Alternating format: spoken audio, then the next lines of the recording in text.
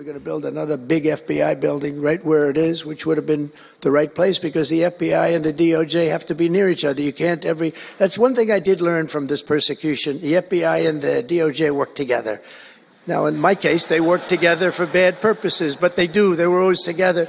So how can you have one that's 3 hours away? But one thing I said to Cash, well, we're going to get a great building built. It's going to be a magnificent building. He said, sir, we don't need that kind of room. I said, what do you mean? He said, I'm just going to take a old Department of Commerce building that's about 25% the size, and that's what I need. We're going to have the best staff that you've ever seen, and that's what I need. It's in a nice location, but I don't need that big building.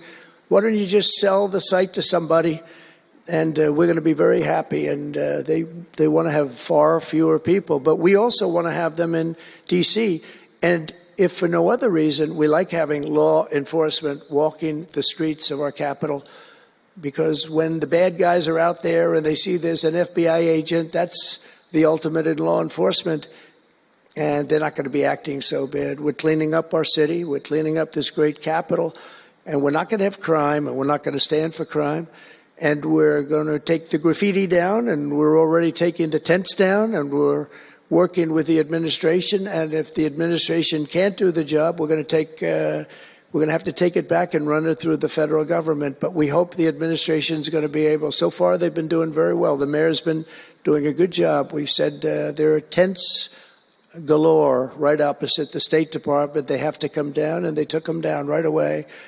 And so far, so good. But we want to have a capital that can be the talk of the world. When Prime Minister Modi of India, when the President of France, and all of these people, the head of Prime Minister of United Kingdom, they all came to see me over the last week and a half. And when they come in, I had the route run. I didn't want to have them see tents. I didn't want to have them see graffiti. I didn't want to have them see broken barriers and potholes in the roads, and we had it looking beautiful. And we're going to do that for the city. And we're going to have a crime-free capital. When people come here, they're not going to be mugged or shot or raped. They're going to have a crime-free capital again. It's going to be cleaner and better and safer than it ever was, and it's not going to take us too long. There's a new phenomena that is taking place with these violent, vicious lawyers that we have all over. They play the ref. You know what playing the ref is? Like the great Bobby Knight basketball coach. He'd scream and scream at the ref. He'd scream. I watched it. By the way, I love Bobby Knight because he endorsed me. And having Bobby Knight's endorsement in Indiana was an extremely good thing. A friend of mine said I was running in Indiana at the time. This was early on, 2016. And I was doing great.